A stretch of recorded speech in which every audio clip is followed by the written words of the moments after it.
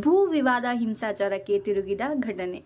ವೃದ್ಧ ದಂಪತಿ ಮೇಲೆ ಹಲ್ಲೆ ಆರೋಪ. Viral video. ಪಶ್ಚಿಮ ಬಂಗಾಳದ ದಕ್ಷಿಣ 24 ಪರಗಣ ಜಿಲ್ಲೆಯ ಕಾಕ್ ದ್ವೀಪ್ನಲ್ಲಿ ಭೂ ವಿವಾದದ ಹಿನ್ನೆಲೆಯಲ್ಲಿ ವೃದ್ಧ ದಂಪತಿಯ ಮೇಲೆ ಹಲ್ಲೆ ನಡೆದಿರುವ ಆರೋಪದ ವಿಡಿಯೋ ಸಾಮಾಜಿಕ ಜಾಲತಾಣಗಳಲ್ಲಿ ವೈರಲ್ ಆಗುತ್ತಿದೆ.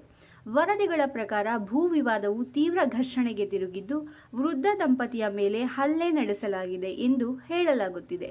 ಘಟನೆಯ ದೃಶ್ಯಗಳು ಸಿಸಿಟಿವಿ ಅಥವಾ ಮೊಬೈಲ್ನಲ್ಲಿ ಸೆರೆಗೊಂಡಿದ್ದು ವ್ಯಾಪಕವಾಗಿ ಹಂಚಿಕೊಳ್ಳಲಾಗುತ್ತಿದೆ.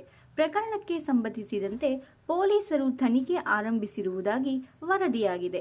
ಘಟನೆಯ ಕಾರಣ, ಭಾಗಿಯಾದವರ ಗುರುತು ಹಾಗೂ ಕಾನೂನು ಕ್ರಮಗಳ ಬಗ್ಗೆ ಅಧಿಕೃತ ಮಾಹಿತಿ ಇನ್ನಷ್ಟು ಹೊರಬರಬೇಕಿದೆ.